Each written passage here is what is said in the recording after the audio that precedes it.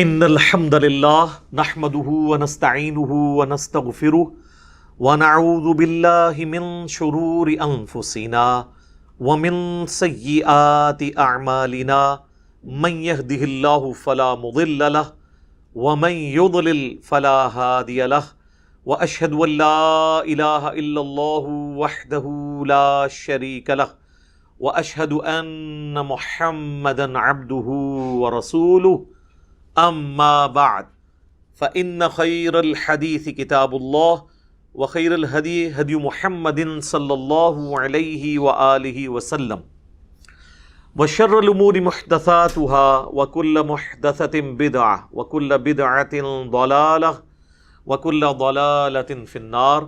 بسم الله الرحمن الرحيم. إن الله وملائكته يصلون على النبي یا ایہا الذین آمنوا صلوا علیہ وسلموا تسلیما. اللہم صلی علی محمد وعلی آل محمد کما صلیت علی ابراہیم وعلی آل ابراہیم انک حمید مجید. اللہم بارک علی محمد وعلی آل محمد کما بارکت علی ابراہیم وعلی آل ابراہیم انک حمید مجید. اعوذ باللہ من الشیطان الرجیم. بسم اللہ الرحمن الرحیم. یا ایہا الذین آمنوا، اے اہل ایمان، اذا ضربتم فی سبیل اللہ، جب تم اللہ کی راہ میں نکلو، یعنی جہاد کے لیے یا ہجرت کے لیے، ایون علم دین حاصل کرنے کے لیے بھی، کیونکہ صحیح مسلم میں حدیث ہے جو علم حاصل کرنے کے لیے کسی راستے پہ چلتا ہے اللہ تعالیٰ اس کے لیے جنت کا راستہ آسان کر دیتا ہے. یہ سب فی سبیل اللہ ہے. فتبینوا، تو خوب تحقیق کر لیا کرو. کس چیز کی؟ ولا تقولوا لمن القى الیکم السلام، اس بات کی تحقیق کر لو کہ جب کوئی تمہیں سلامتی بھیجے، السلام علیکم کہے، لست مؤمنا، تو تم انہیں یہ مت کہو کہ تم مومن نہیں ہو. یعنی راستے میں جب کوئی ملے اور وہ کہے السلام علیکم تو تم یہ گمان کرو کہ یہ مسلمان ہی ہے. اب یہ اس ریولوشن کے دوران تھا، کیونکہ ہر وقت جنگ کا دھڑکا لگا رہتا تھا کہ کافروں کا کوئی گروپ حملہ نہ کر دے. تو اس کی نشانی یہ تھی کہ اگر کوئی سامنے سے اسلحہ بردار لوگ آ رہے ہیں اور وہ کہتے ہیں السلام علیکم، یعنی آپ پہ سلامتی بھیج رہے ہیں، تو بس ٹھیک ہے، اب آپ اس کو مسلمان سمجھیں. یہ نہیں کہ آپ پریمپٹیو رائٹ کے طور پہ اسے قتل کر دیں. اور اس طرح کے کچھ واقعات ہو گئے تھے. صحیح بخاری میں آتا ہے کہ حضرت خالد بن ولید کو نبی علیہ السلام نے کسی جگہ بھیجا، یعنی لوگوں کے پاس، کچھ قبائل کی طرف. تو انہوں نے آگے سے، اب وہ بیچارے ان پڑھ تھے، وہ جڑ تھے، ان کو یہ پتہ ہی نہیں تھا کہ ہم نے اپنے عقیدے کا اظہار کس طرح کرنا ہے. تو چونکہ اسلام کا غلبہ ہو گیا تھا، اذا جاء نصر اللہ والفتح ورأیت الناس يدخلون فی دین اللہ افواجا، اس کے تحت لوگ جوگ در جوگ دین میں قبائلی سسٹم کے تحت داخل ہو رہے تھے. قبیلے کا سردار اسلام قبول کرتا تھا، پیچھے سارا قبیلہ مسلمان ہو جاتا تھا. تو صحیح بخاری میں یہ کم از کم 2 جگہ یہ حدیث آتی ہے. حضرت خالد بن ولید کو نبی علیہ السلام نے ایک جگہ بھیجا، تو اب وہ جو پینڈو لوگ تھے، بادیہ نشین اعرابی، انہوں نے بجائے یہ کہنے کہ ہم اسلام لے کر آئے، انہوں نے یہ کہا کہ ہم اپنے دین سے پھر گئے، ہم اپنے دین سے پھر گئے. یعنی کس دین سے؟ بت پرستی کے دین سے پھر کے ہم مسلمان ہو گئے. تو حضرت خالد بن ولید نے اس کی انٹرپریٹیشن یہ کی کہ یہ اسلام سے مرتد ہو گئے ہیں، حالانکہ نبی علیہ السلام کا مبارک زمانہ ہے. اب ان بیچاروں کے پاس کوئی الفاظ نہیں تھے یہ کہنے کے کہ ہم مسلمان ہو گئے. وہ یہ کہتے تھے جی اسی اپنا، جس طرح آج کل کوئی ہوگا اسی فرقہ چھوڑ دیتا. ادھر مطلب نہیں ہے کہ وہ کافر ہو گیا. تو وہ کہتے تھے ہم اپنا دین چھوڑ دیا، یعنی پرانے دین کو چھوڑ کے ہم اسلام پہ آ گئے. تو حضرت خالد بن ولید نے ان کو قتل کرنا شروع کر دیا. تو وہاں پہ پھر انہوں نے کچھ صحابہ کے والے بھی بندے کیے کہ اپنے اپنے حصے کے لوگ قتل کرو، یہ مرتد ہیں.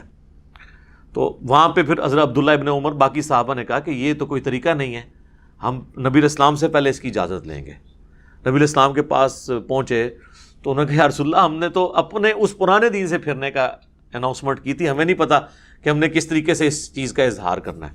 تو نبی علیہ السلام کو اتنا غصہ آیا، آپ نے 2 دفعہ فرمایا اے اللہ خالد ابن ولید نے جو کچھ کیا میری کوئی ذمہ داری نہیں ہے، میں خالد کے اس عمل سے بری ہوں.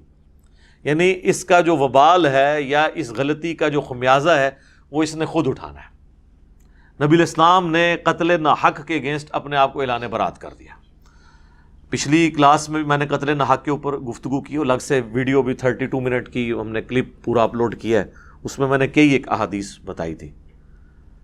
اب مجھے بتائیے کہ آج کے دور کے لوگ یہ کس طرح کہہ سکتے ہیں کہ کچھ بھی ہیں تیرے محبوب کی امت سے. حضرت خالد بن ولید کو حضور کہہ رہے ہیں کہ میں اس کے اس عمل سے بری ہوں. اور اسی کو سپورٹیو حدیث ہے جو میں درجنوں دفعہ بیان کر چکا ہوں، حضرت اسامہ ابن زید کے بارے میں. ایک جھڑپ کے دوران جب کافر ان کی تلوار کے نیچے آیا تو اس نے کلمہ پڑھ دیا. حضرت اسامہ ابن زید نے پھر بھی اسے قتل کر دیا، یہ سمجھتے ہوئے کہ یہ ڈر کے کلمہ پڑھ رہا ہے، اندر سے کافر ہی ہے. عین ممکن ہے ایسا ہی ہو، لیکن اسلام ظاہری کلمے کا کتنا احترام کرتا ہے. ان کو یہ کلک تھا کہ یہ میرے سے کام مس ہینڈل ہوا ہے. کچھ دنوں کے بعد انہوں نے خود اللہ کے نبی سے عرض کیا کہ اللہ کے نبی صلی اللہ علیہ وآلہ وسلم، اس طرح ایک جنگ کے دوران جب ایک کافر کے ساتھ میری لڑائی ہوئی، جب وہ میری تلوار کے نیچے آیا تو اس نے کلمہ پڑھ دیا، لیکن میں نے پھر بھی اسے قتل کر دیا. اور فرمایا اسامہ جب اس نے کلمہ پڑھ لیا تھا پھر بھی تو نے اسے قتل کر دیا، کیوں؟ کہا یا رسول اللہ اس نے ڈر کے کلمہ پڑھا. آپ فرمایا تو نے اس کا دل چیر لیا تھا. اسامہ تو کیا کرے گا جب قیامت والے دن اللہ کے حضور وہ کلمہ پڑھتا ہوا تیرے خلاف مقدمہ قائم کرے گا؟ اسامہ تو کیا کرے گا؟ اسامہ تو کیا کرے گا؟ حضور اس بات کو اتنی دفعہ ریپیٹ کرتے رہے کہ اسامہ ابن زید کہتے ہیں میرے دل میں خواہش ہوئی کاش حضور خاموش ہو جائیں اور آج سے پہلے میں کافر ہوتا، آج میں کلمہ پڑھ کے مسلمان ہوتا، کم از کم میرا یہ گناہ تو دھل جاتا کہ میں نے ایک بندے کو ناحق قتل کر دیا. اچھا حضرت اسامہ نے نہیں کہا یا رسول اللہ میں نے دل چیر لیا تھا، کیونکہ اللہ کے ولی تو دل کا حال جان لیتے ہیں. ہمارے گھوڑے کے قدموں کی خاک اگر ہمارے گھوڑے کے نتنوں میں بیٹھے تو اس کو کوئی غوث کتب ابدال نہیں پہنچ سکتا. جب وہ دلوں کے حال جان لیتے ہیں تو یا رسول اللہ میں نے تو دل چیر لیا تھا. نا اس زمانے میں عقیدے نہیں ہوتے تھے، یہ کہانیاں نہیں ہوتی تھی. تو اس میں سے یہ بھی ایک مورل لیسن یا مدنی پھول اس میں سے نکلتا ہے عقیدے کی اصلاح کا. انہوں نے یہ نہیں کہا اور الٹا پریشان ہو گئے. اچھا یہاں میرا معصومانہ سوال ہے کہ اگر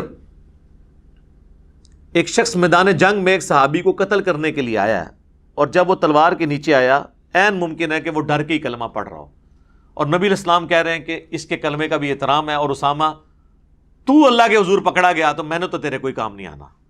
تو بعد کے لوگ اگر یہ کہیں کہ کچھ بھی ہیں تیرے محبوب کی امت سے ہیں تو اسامہ ابن زید کو بھی کہنا تھا یا رسول اللہ کیڑا مسئلہ ہے، کچھ بھی ہیں آپ کی امت سے ہیں. ان کو پتا تھا یہ حضور کے سامنے بات نہیں کی جا سکتی. اچھا دوسرا مجھے یہ بتائیے اگر ایک صحابی بھی کسی کے بارے میں ججمنٹ دے کلمے کے باوجود کہ یہ کافر ہے اور اسے مار دے، حضور اس کی ججمنٹ ماننے کے لیے تیار نہیں ہے، تو آپ کی مذہبی جماعتوں کو یہ کیسے حق حاصل ہے کہ کسی کو اسلام میں داخل کرنے یا نکالنے کا سرٹیفکیٹ دیں؟ سر اگر یہ اتھارٹی اسامہ ابن زید کے پاس نہیں ہے نا تو کسی مذہبی جماعت کے لیڈر کے پاس یہ اتھارٹی نہیں ہے کہ وہ لوگوں کا اسلام یا ان پہ توہین مذہب کا الزام لگائے یا ان کے بارے میں خود پری ایمپٹیو رائٹ رکھتے ہوئے کوئی فتویٰ جاڑ دے. یہ ہو سکتا ہے؟ ان کی کیا اوقات ہے؟ ان کا ایمان ان کے پیچھے تو قرآن کھڑا ہے، ان کے تو ایمان کا ہمیں پتہ ہی نہیں ہے کہ یہ کس ایجنڈے کے اوپر کام کر رہے ہیں. تو یہ لوگوں کو سرٹیفکیٹ دیں گے ایمان کے؟ کسی کے پاس سرٹیفکیٹ نہیں ہے. بس جو کلمہ پڑھتا ہے اس کے ظاہری کلمے کا احترام ہوگا.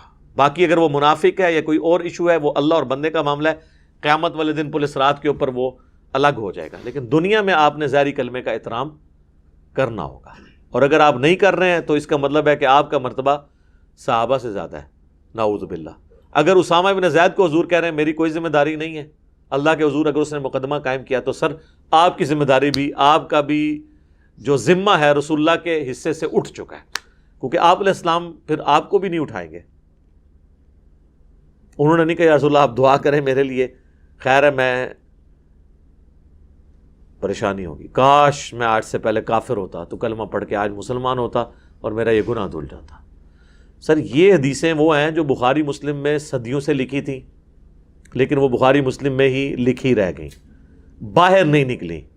باہر نکلتی تو آج یہ جو قتل و غارت کا بازار گرم کیا ہوا ہے توہین مذہب کے نام کے اوپر، گستاخیوں کے نام کے اوپر اور فتووں کے نام کے اوپر، تو یہ معاملات نہیں ہونے تھے۔ اور اللہ کا شکر ہے ہمارا یہ پلیٹ فارم ہے، ورنہ آپ کی آنے والی نسلیں تو اس دین سے ہی متنفر ہو جاتی۔ جو دین کا حلیہ آپ نے بگاڑ کے پیش کیا ہے نا، مرنے اور مارنے والا، کسی نے اس دین کو قبول ہی نہیں کرنا تھا۔ انہوں نے کہا نا یہ تو ہم انسیکیور ہیں۔ ایک گورا کافر ہے، سیکیور ہے، جیسے ہی مسلمان ہوتا ہے انسیکیور ہو گیا، کیونکہ اگر وہ شیعہ ہو گیا تو دیوبندی اور بریلوی اور اہل حدیث کہیں گے اس کو مار دو، اور اگر وہ اہل حدیث ہو گیا تو بریلوی اور دیوبندی کہیں گے انگریزوں کی پیداوار ہے، خوارج کی جماعت ہے۔ دیوبندی ہو گیا تو بریلوی نے کہنا گستاخ رسول ہے، بریلوی ہو گیا تو باقیوں نے کہنا ہے مشرک ہے۔ تو وہ تو کہے گا پائی میں باہر ہی ٹھیک ہے، منو سکون نال زندگی گزارن دیو، جڑی 4 دن دی زندگی میں سکون نال کٹ لواں۔ اب وہ رچرڈ ڈاکنز جو ہے نا، اس کو کسی نے کہا کہ اگر یہ جو کچھ تم کر رہے ہو ایتھیزم کا جو تم نے فتنہ کھڑا کیا ہے، تو کسی کرسچن نے سوال کیا، ظاہر وہ اس کا کرسچینٹی کے ساتھ ہی سلسلہ تھا نا، تو اگر یہ سب کچھ سچ ہوا اور قیامت والے دن اللہ کے حضور تمہاری پیشی ہو گئی اور جیزس کرائسٹ نے تم سے پوچھ لیا، پھر تم کیا کرو گے؟ اس نے کہا کہ میں ادھر جیزس کرائسٹ سے کہوں گا کہ جن لوگوں کے حوالے آپ اپنا دین کر کے گئے تھے نا، ان سے میں کم از کم بہتر تھا۔ ٹھیک ہے، اور یہ بات ریالٹی ہے، ان سے بہتر تھا جو کچھ انہوں نے دین کا حلیہ بگاڑا ہے۔ تو اگر یہ دین آپ کا دین تھا جس کو آپ بھی قیامت والے دن آن نہیں کر رہے، جی یہ انجیل کے اندر لکھا ہے کہ قیامت والے دن لوگ حضرت عیسیٰ کے پاس آئیں گے کہ جیزس کرائسٹ ہم نے آپ کے نام پہ بے علاج مریض ان کو شفا دی اور یہ سب کچھ کیا، تو وہ کہیں گے سحقن سحقن لمن غیر بعدی، ان کو مجھ سے دور کر دو۔ یہی تو تھا جس کے اوپر وہ احمد دیدہ صاحب نے وہ جمی سگارڈ سے مناظرہ جیتا تھا۔ اس نے کہا لائیں لا علاج مرض ہم حضرت عیسیٰ کے نام پہ اسے صحیح کر دیں گے، تم محمد کے نام پہ اسے کرو۔ ان کا تمہارے بارے میں تو پہلے ہی موجود ہے، تمہیں تو دھتکار دیا جائے گا۔ اور سر یہ حدیث بخاری مسلم میں بھی ہے، میرے حوضے کوثر پہ بھی لوگ لائے جائیں گے، میں پلانے لگوں گا جب تو کہا جائے گا انہوں نے آپ کے بعد آپ کے دین کا حلیہ بگاڑ دیا، سحقن سحقن لمن غیر بعدی۔ اور اس میں الفاظ ہیں، میں بھی وہی کہوں گا جو عیسیٰ ابن مریم کہیں گے، اے اللہ جب تک میں ان میں موجود تھا ان پر گواہ تھا، جب تو نے مجھے اٹھا لیا پھر تو ان پر گواہ تھا، اب یہ تیرے بندے ہیں، چاہے انہیں معاف کر دے، چاہے ان کے ساتھ جو ہے وہ تو عذاب والا معاملہ کرے۔ تو اللہ فرمائے گا آج صرف سچوں کو سچا عقیدہ فائدہ دے گا۔ باتیں ساری ایک ہی ہیں، وہ سارے مذاہب میں آپ کو گھوم پھر کے سورس ایک ہی نظر آ رہا ہے، ایک ہی طرح کی خرابیاں انبیاء کے ماننے والوں میں آتی ہیں اور وہ پھر آگے ٹرانسفر ہوتی ہیں۔ بہرحال اللہ تعالیٰ فرما رہا ہے کہ اگر کوئی کہنا سلام بھیجے تو کہا کرو مومن ہی، اسے تصور کیا کرو، یہ نہ کہا کرو تم مومن نہیں ہو۔ تب تغون عرض الحیات الدنیا، کیا تم دنیا کی جو دولت ہے اس کے سامان کی تلاش میں پڑ گئے ہو؟ یعنی اس میں یہ بھی لالچ ہوتی تھی نا، اگر کسی کو قتل کر دیا تو اس کا مال غنیمت میرے ہتھے چڑھ جائے گا، اس کی عورت میرے ہتھے چڑھ جائے گی۔ اب یہ دیکھ لیں، یہ بریلوی دیوبندی اہل حدیثوں سے بات نہیں ہو رہی ہے، صحابہ کرام سے ہو رہی ہے۔ ٹھیک ہے، ان کا بس چلے تو یہ آیتیں ہی قرآن سے نکال دیں گے، اس میں تو صراحتاً توہین صحابہ ہے کہ صحابہ کرام کو اللہ تعالیٰ کہہ رہا ہے کہ تم دنیا کی محبت کے طلبگار ہو، اور تمہیں کوئی اگر کہتے آ کے تو اسے مسلمان مان لیا کرو۔ ظاہر ہے یہ عبداللہ ابن ابی کے بارے میں تو نہیں آیا نا، وہ تو پہلے ہی مسلمان نہیں تھے، ان کو کسی کے اسلام سے کیا غرض تھا۔ فعند اللہ مغانم کثیرہ، پس اللہ کے پاس تو بہت غنیمتیں ہیں، وہ تمہیں غنی کر دے گا۔ دنیا میں تو ابھی قادسیہ اور یرموک کے بعد اربوں ڈالرز تمہارے پاس دنیا کے آنے والے ہیں، اور آخرت کی تو جنتیں تمہارا انتظار کر رہی ہیں، کوئی ٹینشن نہ لو۔ کذالک کنتم من قبل، کتنی زبردست بات آئی، تم بھی تو پہلے یہی کچھ تھے نا، تم بھی تو کافر ہی تھے نا۔ تو اپنے آپ کو جو میں اکثر لوگوں کو کہتا ہوں یار آپ لوگ بھی تو پہلے بریلوی دیوبندی اہل حدیث شیعہ تھے نا، تو آج دوسروں کو بھی تھوڑا مارجن دیں۔ اگر کسی کو بات سمجھ نہیں آتی ہے تو اسے قطع تعلق ہی نہ کریں۔ شروع میں تو آپ کو بھی سمجھ نہیں آتی تھی نا، آہستہ آہستہ بات سمجھ آئی، تو اب اپنی جگہ اس کو بھی رکھ کے دیکھیں کہ آپ جب یہ تھے تو آپ بھی یہی کچھ سوچتے تھے، تو اس کو ٹالرنس کے ساتھ بیہیو کریں۔ اس طرح تم بھی تو پہلے اسی طرح تھے۔ فمن اللہ علیکم، تو اللہ نے تم پر انعام فرمایا، احسان فرمایا۔ فتبینوا، تو دیکھو خوب تحقیق کر لیا کرو۔ اس سے پتہ چل گیا کہ یہ صحابہ کرام کے بارے میں یہ کہ اللہ نے تم پر احسان کیا، تمہیں ایمان کی دولت ملی، اب کوئی نیو مسلم آئے تو اس کے بارے میں بدگمانی نہ کیا کرو، اور اس چکر میں نہ رہو کہ اس کو مار کے میں دنیا کا مال حاصل کر لوں گا۔ سر یہ آیات واضح ثبوت ہیں اس بات کا بھی کہ اسلام تلوار کے زور پہ نہیں پھیلا، اسلام نے آخری درجے تک تلوار کو اوائڈ کیا کہ اس لیول تک بات نہ پہنچے۔ ان اللہ کان بما تعملون خبیرا، بے شک اللہ تعالی خوب واقف ہے اس سے جو کچھ تم کر رہے ہو۔ اب جہاد سے متعلق آیات آ رہی ہیں، اور یہ اس زمانے میں آیات ہیں جب جہاد کرنا سب پہ فرض نہیں تھا۔ غزوہ تبوک سے پہلے جتنا بھی جہاد ہے نا وہ آپشنل تھا، جو کرے گا ثواب، جو نہیں کرے گا کوئی گناہ نہیں۔ تبوک کے موقع پہ چونکہ رومن امپائر سے ٹکرانا تھا، 1.5 لاکھ کی فوج لے کر کیسر روم جو ہے وہ عرب کے بارڈر پہ آ گیا تھا، نبی علیہ السلام 30,000 کا لشکر لے کر بنفس نفیس خود تشریف لے گئے۔ اس سے پہلے اگر کوئی جہاد اور قتال نہیں کرتا تھا تو صرف یہ کہا جاتا تھا یہ کم درجے کا مسلمان ہے، جہاد کرنے والا زیادہ درجے کا مسلمان ہے، ایک دوسرے پہ ملامت نہیں ہوتی تھی۔ اور یہ اسی کانٹیکسٹ میں آیات آ رہی ہیں کہ جو جہاد کرتا ہے اس کا درجہ زیادہ ہے، جو نہیں کرتا اس کا کم ہے۔ تو لہٰذا اس کو اس زمانے کے اعتبار سے بھی سمجھنا ہے۔ غزوہ تبوک کے اوپر یہ فٹ نہیں ہوگی سورہ توبہ کی آیات، آج یہ ویلڈ ہوں گی کہ آج، جو کہ میرے پچھلے دنوں فلسطین کے اوپر بھی ویڈیو ریکارڈ ہوئی ہے کہ آج صرف فوج کا کام ہے کہ وہ لڑے گی۔ ہم نے جب ان کو ٹیکسز دے کے ان کو پیسہ دے دیا، ہم عہدہ برا ہو گئے ہیں، یہ جانے اور اللہ کا معاملہ جانے۔ حکمرانوں کو اللہ تعالیٰ پوچھے گا۔ ہم جا کے تو خود بخود وہاں پہ مر کے ان کا مورائل بلند نہیں کرنا چاہتے کافروں کا، یہاں سے پرائیویٹ جہادی چلے جائیں اور جا کے وہاں مارے جائیں تو وہ تو کافروں کا تو خون بڑھ جائے گا کہ اینے مار چھڑے نے مسلمان، تو اس سے بہتر آپ یہیں بیٹھے رہیں، فوج جا کے لڑے، آپ نہ لڑیں، پراپر ٹریننگ والے لوگ لڑیں۔ لا یستوی القاعدون من المؤمنین، نہیں برابر ہو سکتے گھروں میں بیٹھے ہوئے مسلمان مومن، غیر اولی الضرر، سوائے معذوروں کے۔ معذور اگر کوئی گھر بیٹھتا ہے وہ علیحدہ بات، والمجاہدون فی سبیل اللہ باموالہم وانفسہم، اور وہ مجاہدین جو اپنی جان اور مال کے ساتھ اللہ کی راہ میں جہاد کرتے ہیں، یہ اور گھر میں بیٹھے ہوئے وائی فائی کے اوپر انٹرنیٹ چلانے والے یہ برابر نہیں ہو سکتے۔ ہاں جی، الا یہ کہ کوئی معذور ہو جائے۔ اچھا، اس میں بھی آپ اشارہ مل رہا ہے کہ معذور بندے کو آپ جا کے میدان جنگ میں پھینک دیں تو وہ دی لاش ہی چکو گے نا۔ اسی طریقے سے یہ لاٹھیوں اور ڈنڈوں کے ساتھ جب آپ جا کے کافروں کی فوجوں سے لڑیں گے تو یہ تو معذور لوگ ہیں، ان کے اوپر تو جہاد ہے ہی نہیں ہے۔ میں اور آپ سارے معذور ہیں کیونکہ ہمارے پاس نہ ٹریننگ ہے نہ اسلحہ۔ معذور کا مطلب جو اللہ کے حضور معذرت پیش کر سکتا ہے، عذر ہو جس کا، مجبوری ہو، ٹانگ ٹوٹا ہونا بھی مجبوری ہے، اور سلامت ہے اور اسلحہ نہیں چلانے آتا، نہ وہ اسلحہ موجود ہے، تو یہ بھی مجبوری ہے۔ مجبوری کا یہ مطلب نہیں ہے کہ لولا لنگڑا ہے تو وہی معذور ہے۔ ہمارے نزدیک تو علماء کی اکثریت بھی علمی طور پہ معذور ہیں، مدرسوں سے ڈگریاں لی ہوئی ہیں، علم نام کی کوئی چیز نہیں، معذور ہیں۔ ذہنی طور پہ تو معذور ہوتے ہی ہیں بیچارے، جب مانگ مانگ کے کھاتے ہیں۔ تو طارق جمیل صاحب نے کہا کہ میں نے MTJ کیوں لانچ کی، تو وہ یہی تو بتا رہے ہیں۔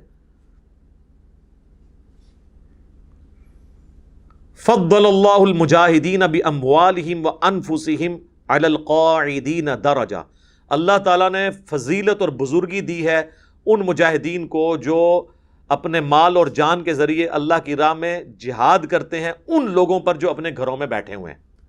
وَكُلًّا وَعَدَ اللَّهُ الْحُسْنَى، لیکن اللہ نے سب کے ساتھ وعدہ اچھا کیا ہوا ہے۔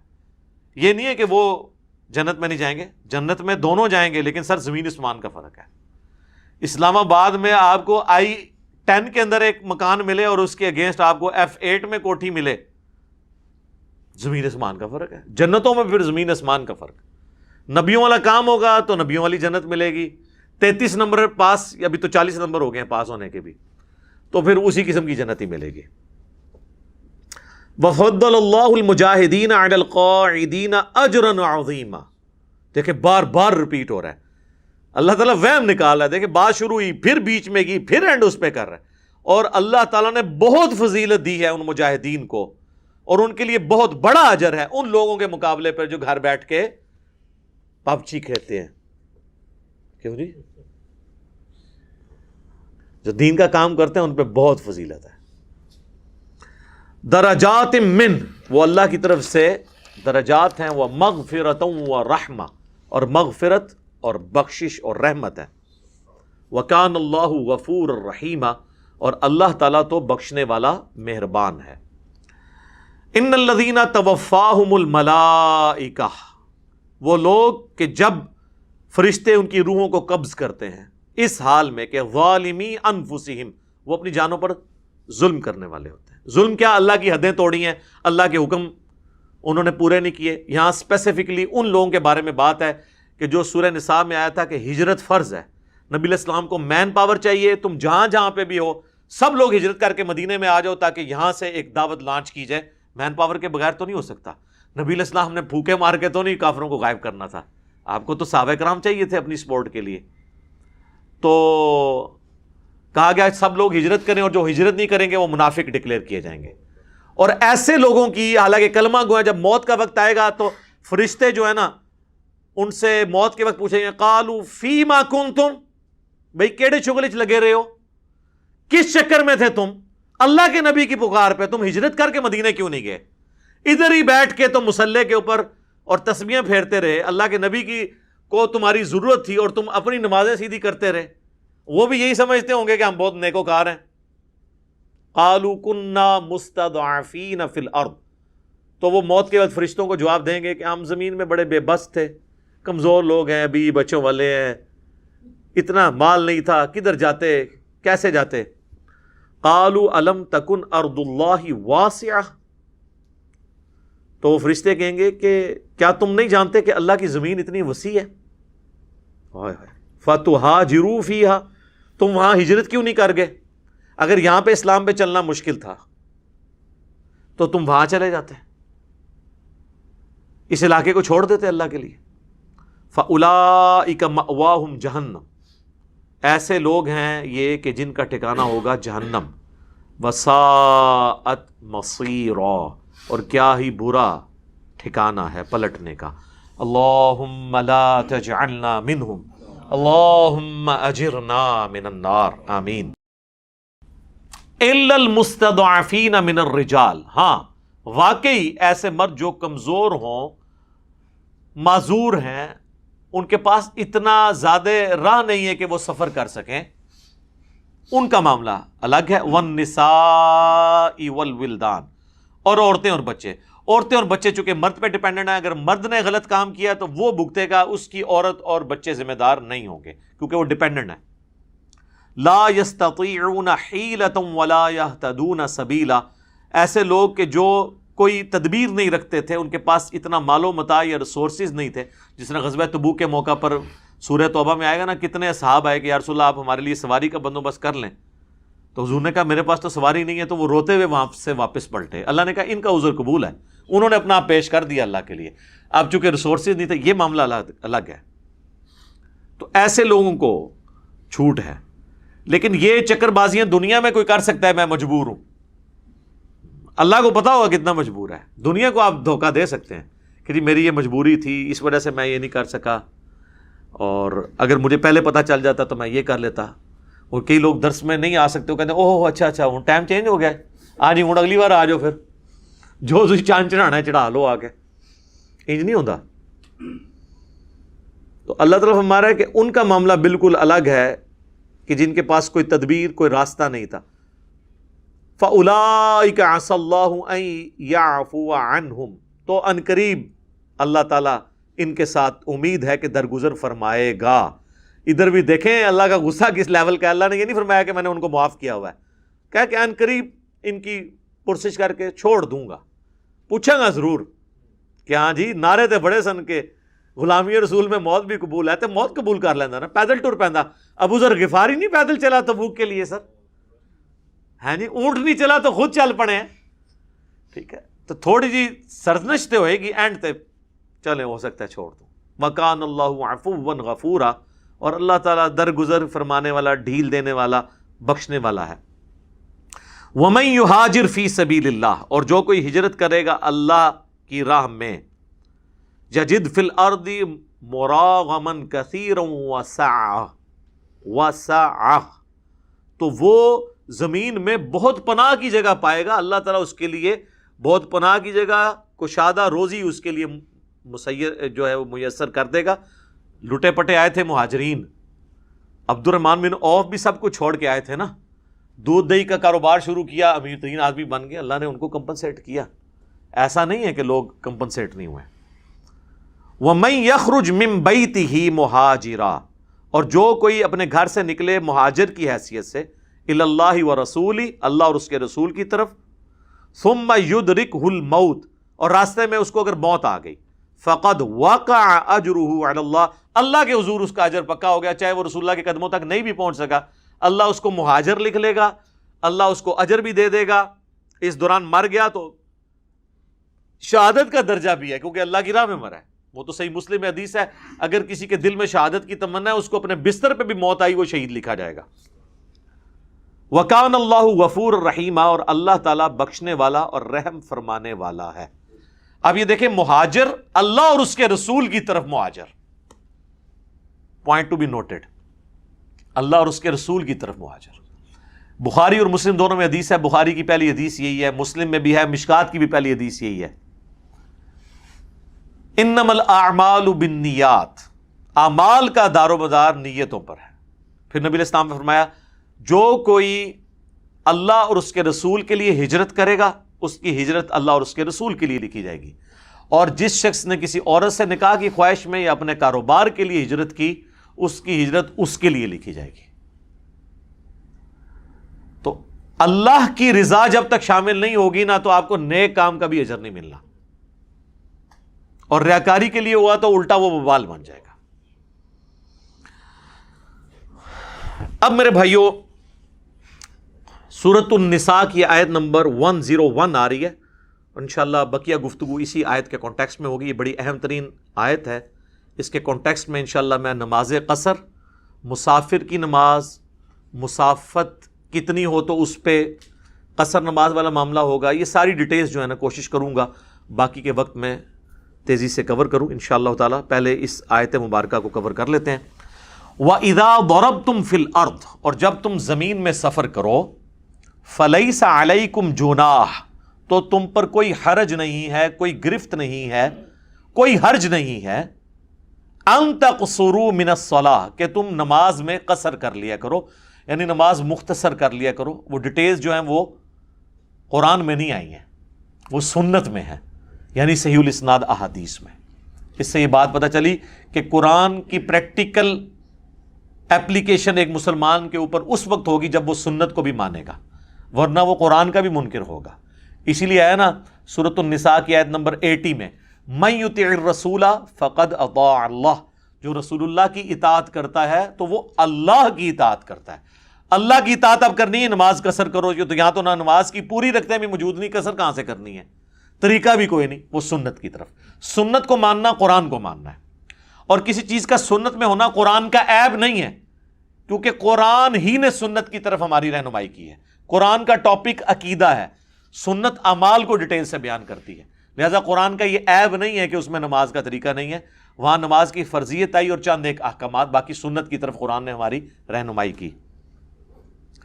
ان خفتم ان یفتنکم الذین کفروا، اگر تمہیں اس بات کا خوف ہو کہ تمہیں کافر فتنے میں ڈال دیں گے، آزمائش میں، مصیبت اور تکلیف میں، تو اس سے بچنے کے لیے نماز بھی مختصر کر لو تاکہ جلدی سے نماز سے فارغ ہو جاؤ. بلکہ اس سے اگلی جو آیت آئے گی اس میں تو نماز خوف کا ذکر ہے، اس میں تو اور مختصر نماز کر دی گئی. ان الکافرین کانوا لکم عدوا مبینا، بے شک جو کافر ہیں وہ تمہارے کھلے دشمن ہیں. تو ظاہر ہے اب وہ دشمن ہیں تو پھر ان سے بچنے کے لیے تمہیں نماز میں قصر کی اجازت دی جا رہی ہے. اب یہ آیت بالکل واضح ہے کہ قصر نماز یہ آپشن ہے نہ کہ obligation، یعنی یہ اجازت ہے نہ کہ حکم ہے کہ ضرور کرنی ہے. کیونکہ الفاظ دیکھیں نا، فَلَيْسَ عَلَيْكُمْ جُنَاحٌ، کوئی تم پہ گرفت نہیں ہے، ان تقصروا من الصلاة، کہ نماز مختصر کر لو، قصر کر لو اس کے اندر، تو کوئی حرج نہیں ہے. مراد یہ ہے کہ اگر مختصر پڑھ لیتے ہو تو کوئی حرج نہیں، اگر پوری پڑھ لیتے ہو تو کوئی گناہ بھی نہیں. اور اس کو سپورٹیو احادیث بھی ہیں. لہٰذا حنفیوں کا یہ موقف جو ہے نا کہ نماز قصر کرنا واجب ہے، اور اگر کوئی قصر نہیں کرے گا تو اس کی نماز ہی نہیں ہوگی. وہ کہتے ہیں کہ آپ مسافر تھے اور ظہر کے 4 فرض پڑھ لیے تو آپ کے 2 بھی نہیں ہوئے.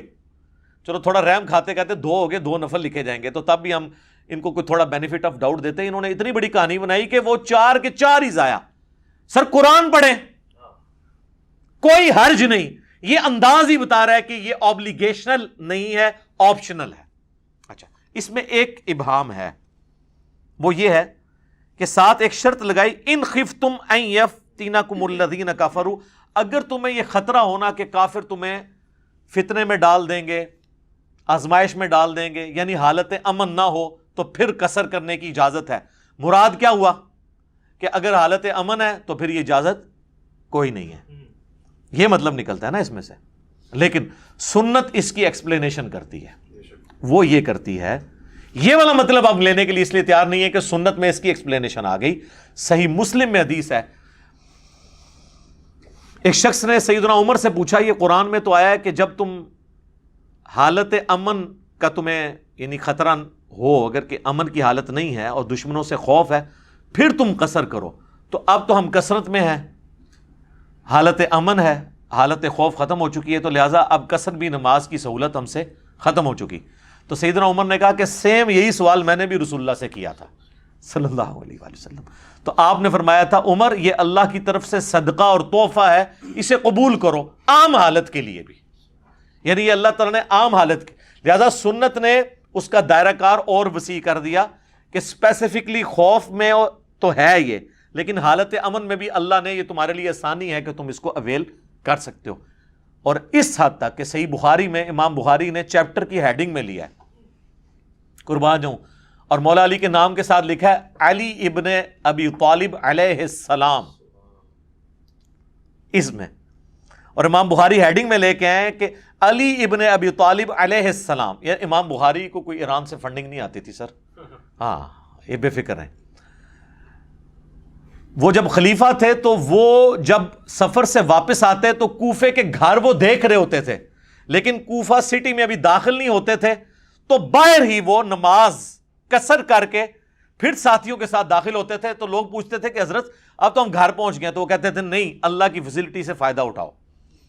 ٹھیک ہے، تو وہ اللہ کے تحفے کو اس حد تک قبول کرتے تھے. امام بخاری نے یہ جو ایک مولا علی کا یعنی قول نقل کر کے، ان کا عمل نقل کر کے، اس معاملے کو ایسا کھول کے بیان کر دیا کہ اب کوئی یہ گلہ نہیں کر سکتا کہ آج ٹرین میں سفر ہوتا ہے، آج ایئر کنڈیشن سفر ہے، آج ہوائی جہاز میں ہے، لہٰذا اب آسانی نہیں. بھئی جب سب کچھ سامنے نظر آ رہا ہے تب بھی اس کو آسانی کو اویل کرنا ہے. اللہ تعالیٰ خوش ہوتا ہے کہ کوئی آسانی کو اویل کرے. اب آ جائیں ان احادیث کی طرف. صحیح بخاری اور صحیح مسلم دونوں میں حدیث ہے. اما عائشہ سلام اللہ علیہا کہتی ہیں کہ شروع میں نماز ہوتی ہی 2 رکعت تھی. آپ پتہ نا قیام اللیل بھی 2 رکعت 2 رکعت 2 رکعت، جب 5 نمازوں کی ٹائمنگ نہیں تھی. پھر جب مدینہ شریف لوگ ہجرت کر کے آئے تو اللہ تعالیٰ نے نماز کو 4 رکعت کر دیا، لیکن سفر میں 2 ہی باقی رکھی. یعنی ظہر کے 2 فرض ہوتے تھے پہلے، وہ 4 کر دیے، لیکن سفر میں 2 ہی ہیں. اسی طریقے سے عصر کے بھی، عشاء کے بھی، اور فجر کے تو ہی 2 ہیں، وہ 2 ہی رہنے. البتہ مغرب کی ایکسیپشن آ گئی، وہ مسند احمد میں حدیث ہے، سوائے مغرب کے. مغرب چونکہ شروع سے ہی 3 ہے تو وہ 1.5 نہیں ہوتی، وہ 3 ہی رہتی ہے، اور اس پہ اجماع امت ہے. بلکہ یہ 17 رکعتوں کے اوپر تو اجماع ہے. اکثر لوگ کہتے ہیں کہ جی نماز کی رکعتیں حدیث میں بتائیں. سر بخاری مسلم کی درجنوں احادیث ہیں جن میں آپ کو سیدھا سیدھا رزلٹ ملتا ہے کہ رکعتیں کون کون سی ہیں. ٹھیک ہے، تو اس کی تو ضرورت ہی نہیں ہے، اجماع امت ہے. جہاں پہ اختلاف ہوگا وہاں ہم بات کریں گے. المستدرک للحاکم میں حدیث ہے، المعجم الکبیر طبرانی میں کہ میری امت کبھی گمراہی پر جمع نہیں ہوگی. سنی شیعہ اور ان کے جتنے چھوٹے چھوٹے آگے فرقیاں ہیں، سب کا یہی موقف ہے. فجر کے 2 فرض، ظہر کے 4، عصر کے 4، مغرب کے 3، عشاء کے 4، اور سفر میں سارے 2 ہو جائیں گے سوائے مغرب کے، یہ 3. باقی احادیث بے شمار ہیں بخاری مسلم کی، میں ساتھ ساتھ بیان کرتا ہوں، ان میں آپ کو رزلٹ نکلتا چلا جائے گا انشاءاللہ. ایک اور حدیث ہے صحیح مسلم میں، ابن عباس کہتے ہیں کہ اللہ تعالیٰ نے سفر میں 2 رکعتیں کر دیں، عام حالت میں 4، اور خوف کی حالت میں وہ جو سورہ نساء کی آیت نمبر 101 میں آئے گا، وہاں نماز کی 1 رکعت کر دی. اور دو بھی ایک رہ گئی، دو بھی پڑھنا ثابت ہے، لیکن ایک بھی صرف پڑھ سکتے ہیں، ظہر کی ایک رکعت، عصر کی ایک رکعت، یہ آسانی بھی ہے جنگ کی حالت میں۔ وہ انشاءاللہ اگلی دفعہ آیات آئیں گی تو میں انشاءاللہ اس کو کور کروں گا۔ صحیح بخاری اور مسلم دونوں میں حدیث ہے کہ ابن عمر ایک سفر میں تھے تو انہوں نے اپنے ساتھیوں کو 2 رکعت ظہر کی نماز پڑھائی، پھر اپنے حجرے میں واپس آئے تو انہوں نے دیکھا کہ ابھی بھی لوگ کچھ نماز پڑھ رہے تھے، میرے خیال ہے وہ انفی بریلوی، انفی دیوبندی ہوں گے۔ تو بخاری مسلم کے الفاظ ہیں، حضرت عبداللہ ابن عمر نے فرمایا کہ یہ کیا پڑھ رہے ہیں؟ ان کا جی یہ سنتیں پڑھ رہے ہیں، وہ نفل نماز جو بعد میں ہم اسے سنت بھی کہہ دیتے ہیں موقع۔ تو انہوں نے فرمایا کہ اگر میں نے سنتیں ہی پڑھنی ہوتی تو میں ظہر کے 4 فرض نہ پڑھ لیتا۔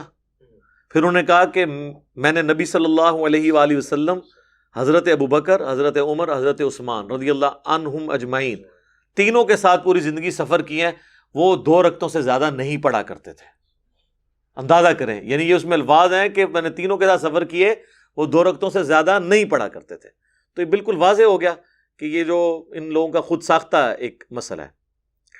پھر صحیح بخاری اور صحیح مسلم میں یہ حدیث ہے کہ ایک سفر کے دوران عبداللہ ابن عمر نے جو ہے وہ جب سفر کرتے ہوئے وہ جماعت کروایا کرتے تھے نا خود، تو 2 رکعت پڑھا کرتے تھے، اور اگر کسی مقیم امام کے پیچھے پڑھتے تھے پھر 4 پڑھتے تھے۔ یعنی اگر مسافر امامت کروائے گا نا تو اس نے تو 2 ہی پڑھنے ہیں، اس کے پیچھے مسافر ہیں وہ 2 رکعت پڑھیں گے۔ لیکن اگر مسافر مقیم کے پیچھے پڑھے گا، جس طرح لوگ حج اور عمرے پہ جاتے ہیں اور وہ یہ مسئلہ پوچھ رہے ہوتے ہیں ادھی پڑھنی ہے پوری، وہ پائی امام کعبہ اور مسجد نبوی کے امام کے پیچھے پوری پڑھنی ہے، ٹھیک ہے نا، وہ تو ایک افضلیت والی چیز ہے، آپ اس کو یعنی حاصل کریں، تو اس میں یہ آپ نے نہیں کرنا۔ البتہ اگر کوئی مسافر امام امامت کروا رہا ہے اور اس کے پیچھے مقیم پڑھتا ہے، تو اب مقیم نے 2 نہیں پڑھنے، اس نے تو چونکہ 4 پڑھنے ہیں، تو مسافر 2 پڑھ کے سلام پھیر دے گا، اور جو مقیم ہے وہ اس کے پیچھے اپنی 2 رکعتیں پوری کرے گا، اور وہ 2 رکعتیں اس کی آخری 2 رکعتیں ہوں گی، اس لیے ان میں صرف سورۃ الفاتحہ پڑھے گا بس۔ البتہ فقہ حنفی میں لکھا ہے کہ چونکہ امام کے پیچھے آپ قرات نہیں کر سکتے، حالانکہ امام سلام پھیر کے فارغ ہو چکا ہے، وہ کہتے ہیں بے شک فارغ ہو گیا، آپ نے یہ کرنا ہے کہ آپ نے امام کے سلام پھیرنے کے بعد جب اپنی 2 رکعتیں پوری کرنی ہے تو اندازے سے اتنی دیر خاموش کھڑے رہنا ہے جتنی دیر سورہ فاتحہ پڑھی جاتی ہے، پھر آپ نے رکوع میں چلے جانا ہے، چونکہ امام کے پیچھے قرات نہیں ہوتی۔ پھر ہمیں پڑھاتے تھے امام کی قرات مقتدی کے لیے کافی ہے، تو امام نے تو آخری 2 رکعتوں کی قرات بھی نہیں کی، یہ کون سے مقتدی ہیں؟ یعنی وہ کہتے ہیں امیجن کر لیں آپ، ورچوئل امام ہے آپ کے سامنے، گویا کے امام ہے آپ کے سامنے، تو ان کے سارے امام ہی حاضر و ناظر ہیں، وہ سلام پھیر کے بھی سامنے موجود ہوتے ہیں۔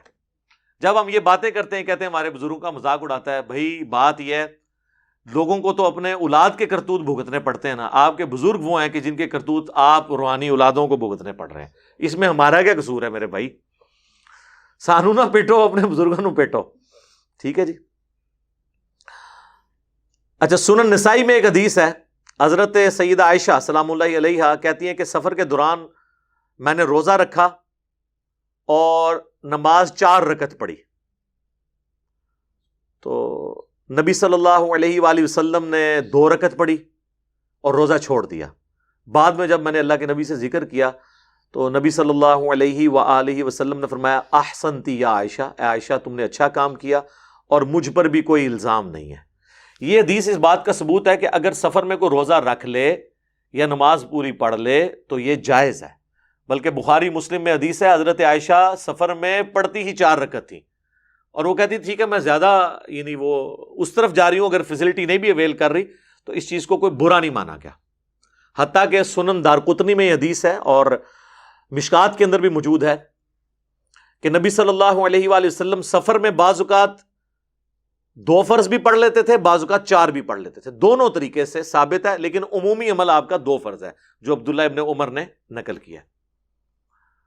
تو اس سے یہ بھی بات پتہ چلی کہ آپ یعنی مسافر کے لیے جماعت والا بھی کوئی ایشو نہیں ہے، ٹھیک ہے، کیونکہ سیدہ عائشہ نے اگر جماعت کے ساتھ اس طریقے سے نماز پڑھی ہوتی تو 2 کے بعد انہوں نے بھی اسلام پھیرا ہوتا، انہوں نے الگ سے اپنے 4 فرض پورے پڑھ لیے اور نبی علیہ السلام نے 2 پڑھے۔ اس طریقے سے عبداللہ بن عمر کے بارے میں بھی آپ سن چکے ہیں۔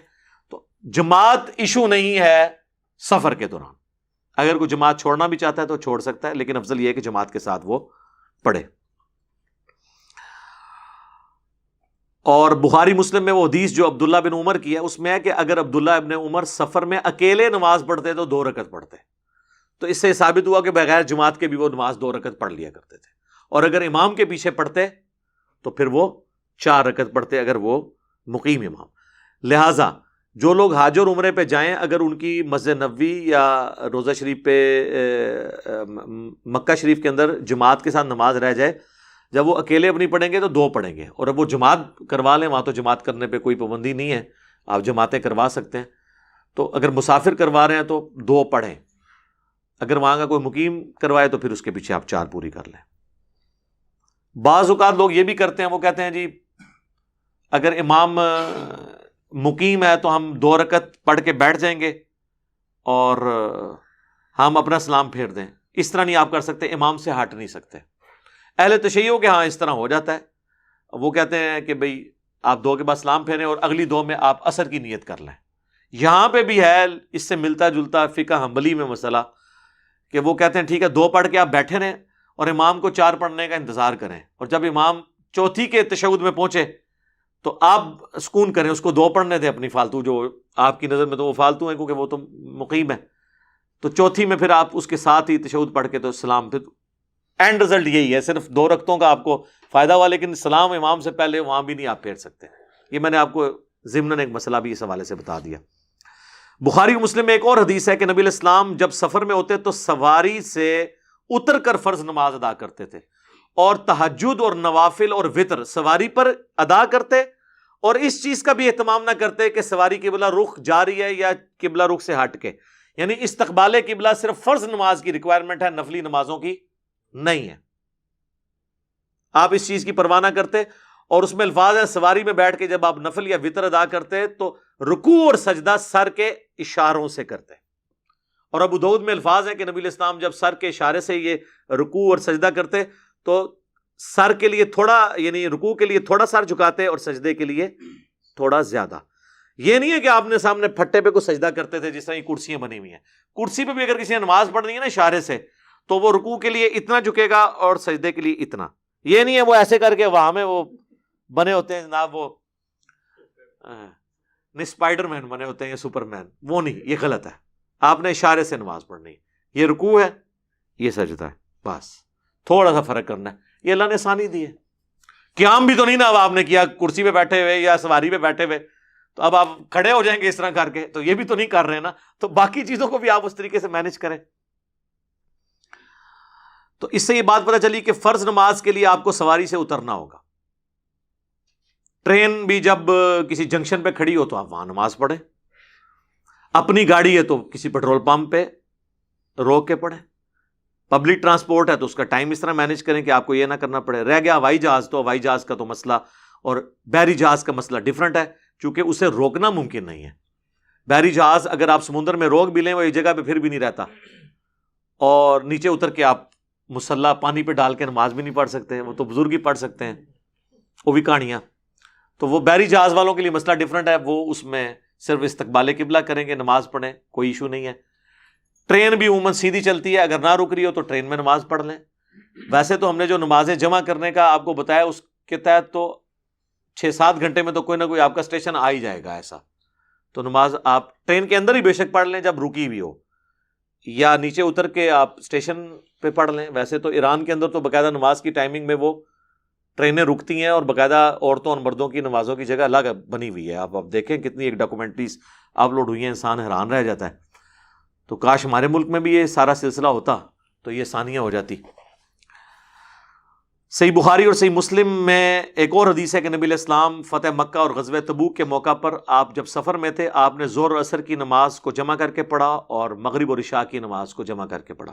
تو سفر میں آپ کی روٹین تھی کہ نمازیں جمع کرتے تھے مینج کرنے کے لیے، بلکہ جامع ترمذی میں، سنن ابی داؤد میں اور مشکات میں موجود ہے کہ نبی علیہ السلام تینوں طریقے سے نماز کو جمع کرتے تھے۔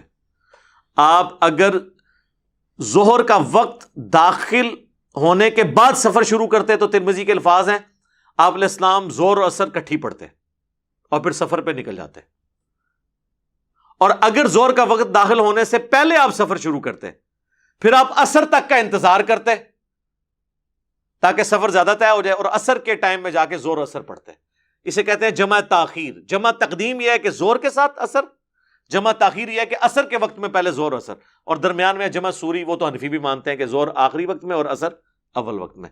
تو تین طریقے سے سنت ہے اور اس میں آسانی ہے. یعنی زور کا وقت اگر 12:20 پہ داخل ہو رہا ہے اور مغرب 7:10 پہ، تو 12:20 سے 7:10 تک کسی بھی وقت دونوں نمازیں جمع ہو سکتی ہیں. اور مغرب کا وقت داخل ہو رہا ہے 7:10 پہ اور فجر کا وقت وہاں پہ شروع ہو رہا ہے جا کے صبح تقریباً کوئی 3:45 کے قریب یا 3:30 کے قریب. تو پوری رات میں کسی بھی وقت آپ مغرب اور عشاء جمع کر سکتے ہیں. جمع تقدیم، جمع تاخیر، جمع سوری تینوں طریقے سے سنت ہے. بلکہ صحیح مسلم میں اوپر تلے 10 احادیث ہیں کہ نبی علیہ السلام نے بغیر خوف کے، بغیر بارش کے اور بغیر سفر کے، یعنی مدینہ شریف میں زور اور اثر کی نمازیں جمع کی اور مغرب اور عشاء کی نمازوں کو بھی جمع کیا. ابن عباس سے تابعین نے پوچھا کہ اللہ کے نبی علیہ السلام نے یہ عمل کیوں کیا تھا؟ تو انہوں نے کہا اس لیے تاکہ امت کے لیے اس معاملے میں آسانی ہو جائے اور کوئی حرج یعنی تنگی باقی نہ رہے جو امت سے چھین لی گئی اور آپ کو تنگی میں ڈال دیا. دیکھیں نا کتنی بڑی مصیبت کھڑی کر دی. یہ امت کو آسانی دی گئی تھی، انہوں نے کہا نہیں ہم ڈیفائن کریں گے جی، ہر نماز کا ٹائم ہے جی. اور اچھا اس حدیث سے یہ بھی پتا چلا کہ خوف، بارش اور سفر کے بغیر بھی جمع کرتے تھے. تو مراد کیا ہوا؟ سفر میں اور خوف میں اور بارش میں تو ضروری جمع کرتے تھے. بلکہ بخاری مسلم میں آتا ہے کہ بارش میں تو نبی علیہ السلام اذان میں کہتے تھے سلو فی الرحال، کہلوا دیتے تھے گھروں میں ہی نماز پڑھو. ابن عباس کہتے ہیں جمعے کا دن ابن عباس نے بھی یہ اناؤنسمنٹ کرائی اور کہا کہ نبی علیہ السلام بھی یہ نہیں چاہتے تھے کہ تم کیچڑ میں لپٹتے ہوئے مسجد میں پہنچو، تو گھروں میں ہی پڑھ لو. جمعے کی نماز جس کی اتنی تاکید ہے وہ بھی گھر میں ہی پڑھو، اس کی جگہ یعنی زور کی نماز پڑھ لو. تو یہ آسانی ہے الحمدللہ. اچھا بخاری و مسلم میں وہ جو حدیث ہے حجۃ الوداع والی، وہ اس چیز کا ثبوت ہے کہ نبی علیہ السلام نے جمعے کے دن حج آیا تھا یوم عرفہ، لیکن آپ نے ظہر کی نماز ادا کی. تو اس سے پتہ چلا کہ مسافر کے اوپر جمعے کی نماز نہیں ہے. پڑھ لے تو جائز ہے، لیکن وہ بھی حج والا جو معاملہ ہے اس میں تو نہیں کرے گا. حج کی تو یہ خصوصیت ہے کہ وہاں تو آپ نے مسجد خیف کے اندر آپ دیکھیں، اور ادھر دوسری وہ جو مسجد نمرہ ہے عرفات کے اندر، اس کے اندر یعنی جمعہ جب آتا ہے چاہے وہ یوم عرفہ کو آئے یا باقی حج کے دنوں میں آئے تو جمعے کی نماز نہیں ہوتی. 2 زور کے فرض ہوتے ہیں اور 2 عصر کے فرض ہوتے ہیں. میں نے تو خود پڑھی ہوئی ہے الحمدللہ دونوں جگہ. تو یہ میں نے یعنی آپ کو اس لیے علم میں اضافے کے طور پہ یہ بات بتا دی. باقی حنفیوں کے نزدیک تو یہ ہے کہ آپ نے چونکہ وہاں پہ اگر 15 دن سے آپ کا کم قیام ہے پھر تو آپ قصر پڑھیں گے، اگر اس سے زیادہ ہے تو آپ پوری پڑھیں گے. اور باقاعدہ انہوں نے تو ان کے عالم صاحب نے تو مشورہ دیا ہوا ہے کہ چونکہ حنفی زیادہ ہوتے ہیں تو سعودی عرب والوں کو چاہیے کہ وہ جو امام کعبہ انہوں نے وہاں رکھا ہوا ہے نا، وہ تو مقیم ہوتا ہے اور لیکن وہ پڑھا رہا ہوتا ہے سفری نماز. حالانکہ حج کی خصوصیت ہے سفری نماز، یعنی نماز 2 فرض پڑھنا. وہ کہتے ہیں ہمارے نزدیک تو اس کے پیچھے ہماری نماز نہیں ہوگی کیونکہ اس کی اپنی نہیں ہو رہی. 4 پڑھنے تھے اس نے 2 پڑھ دیے. تو کہتے ہیں کہ ہمارا مشورہ ہے کہ سعودی حکومت حج کے دنوں میں نا اس کو تقریباً کوئی 70-80 کلومیٹر کا سفر گاڑی میں کروائے اور جا کے اینڈ ہاں ساری یہ لکھا ہوا ہے فقہ حنفی میں کتابوں کے اندر، تو سفر کروائے تاکہ وہ مسافر ہو جائے اور اینڈ پہ جا کے وہاں پہ مسجد نمرہ میں یا وہاں اتار دے تاکہ پھر وہ ہمارے نزدیک بھی یعنی ہیلے تو پتہ ہے ماسٹر نے ہیلے بنانے تھے، یہ تو کچھ بھی کر سکتے ہیں. تو کہتے گڈی تے سیر کراؤ انہوں جعلی مسافر بنا دو تاکہ تو تسی بھی جعلی نیتی کر کے پڑھ لو، جو کام ہی جعلی کرنے نے سارے. تو یہ انہوں نے باقاعدہ مسئلہ جو ہے نا وہ لکھا ہوا ہے اپنی وہ جو حج سے متعلق کتابیں ہیں. اچھا یہاں پہ اب ایک اور چیز جو بڑی امپورٹنٹ ہے کہ کتنے دن کے لیے جائے تو وہ مسافر ہوگا. وہ صحیح بخاری میں ہے کہ 19 دن کا نبی علیہ السلام 19 دن سے کم کا جب قیام کیا کرتے تھے یا 19 دن کے برابر اور اس سے زیادہ نہ ہوتا تو نبی صلی اللہ علیہ وآلہ وسلم نمازوں کو قصر کیا کرتے تھے. حنفیوں کے نزدیک 15 دن ہے. 15 دن والا قول بھی جامعہ ترمذی میں بلا سند ہے، لیکن مصنف ابن ابی شیبہ میں مصنف عبد الرزاق میں موجود ہے کہ عبداللہ ابن عمر اگر 15 دن کے لیے کہیں جاتے تو وہ اپنے آپ کو مقیم تصور کرتے، 15 دن سے کم کو وہ مسافر سمجھتے تھے. 15 والی بھی بات ہے، 19 دن والی بھی ہے. بہرحال 15 دن بھی بہت ہے.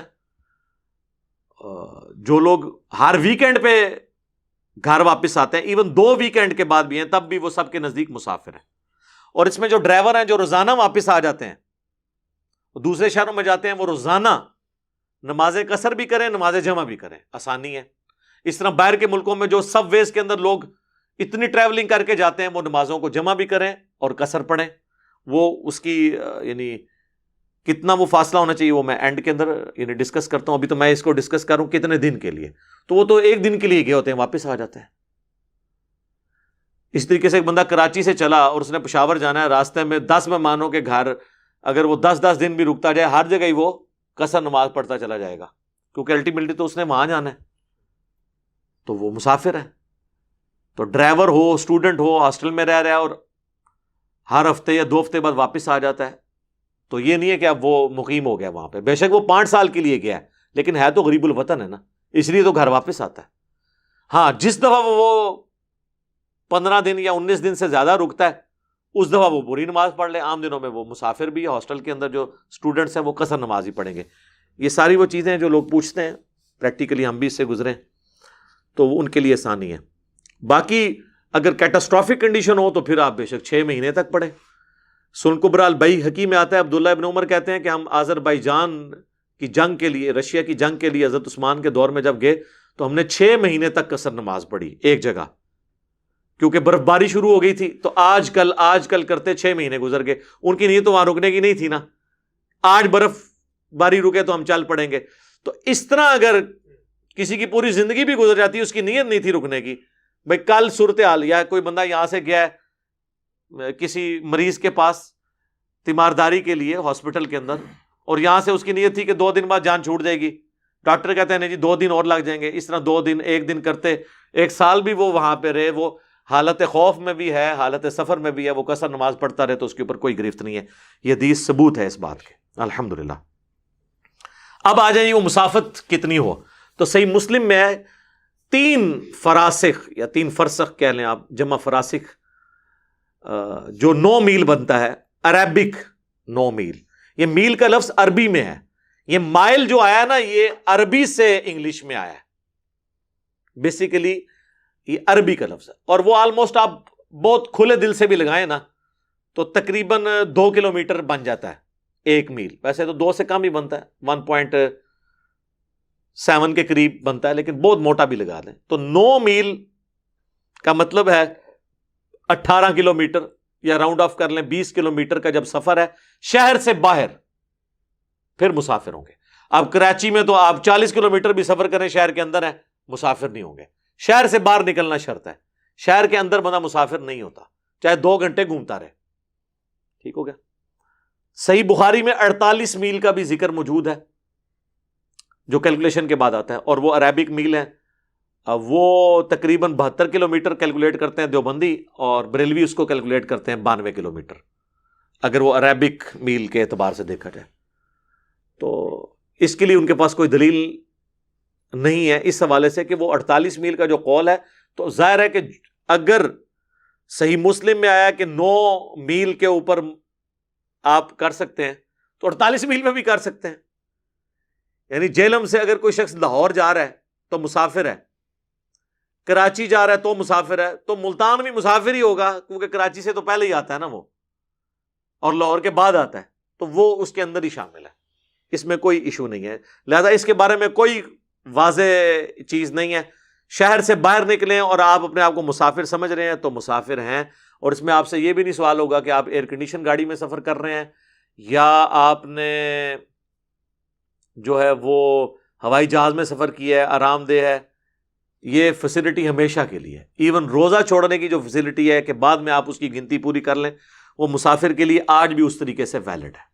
اور اللہ تعالیٰ اس چیز کو پسند کرتا ہے کہ وہ اس فیسلٹی سے کوئی فائدہ اٹھائے, جس کے تحت میں نے وہ حدیث بتا دی صحیح مسلم کی کہ جب حضرت عمر نے سوال کیا تو نبی علیہ السلام فرمایا یہ اللہ کی طرف سے صدقہ ہے, چاہے حالت امن میں بھی ہو تم قصر نماز کرو.